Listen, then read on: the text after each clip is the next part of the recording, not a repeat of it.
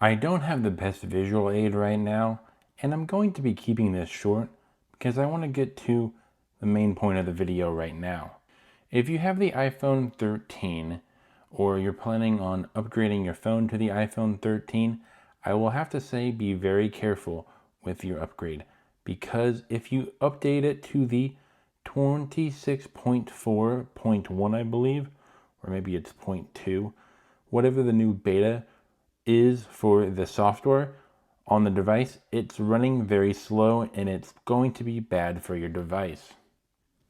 I'm actually thinking about getting an iPhone 13 from like Straight Talk to do reviews and videos on, but the problem that I'm going to have with that is whenever you get a new phone, you can update your phone to the latest software, but you can't choose the software.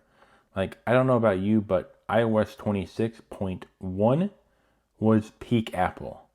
Like, iOS 26 had some kinks to work out with the clear liquid display, but iOS 26.1 is pretty much peak Apple.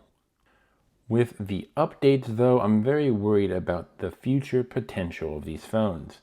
A lot of the videos that I've been seeing, people are talking about the iPhone 13, but iOS 26.4.2 or whatever is still on the iPhone 11. If the iPhone 13 users are having problems with their phones, what about the iPhone 12 and the iPhone 11 users? I'm also using an iPhone 14 Pro Max. When is that going to eventually just decide to go bust because the developers are saying, hey, we need more sales? So I'm worried about it, but I'm also not too worried about it because, well, this is Apple. Apple needs to start messing up so then people are like, hey, maybe we shouldn't just buy Apple products.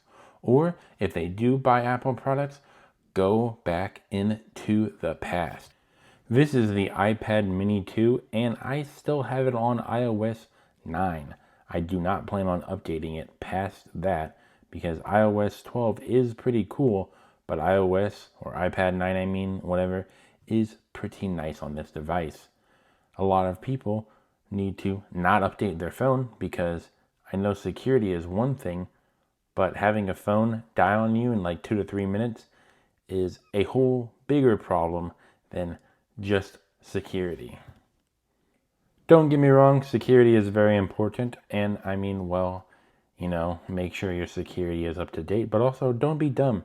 That's how you protect yourself from 99% of the things. Just do not be dumb, and your security is going to be just fine.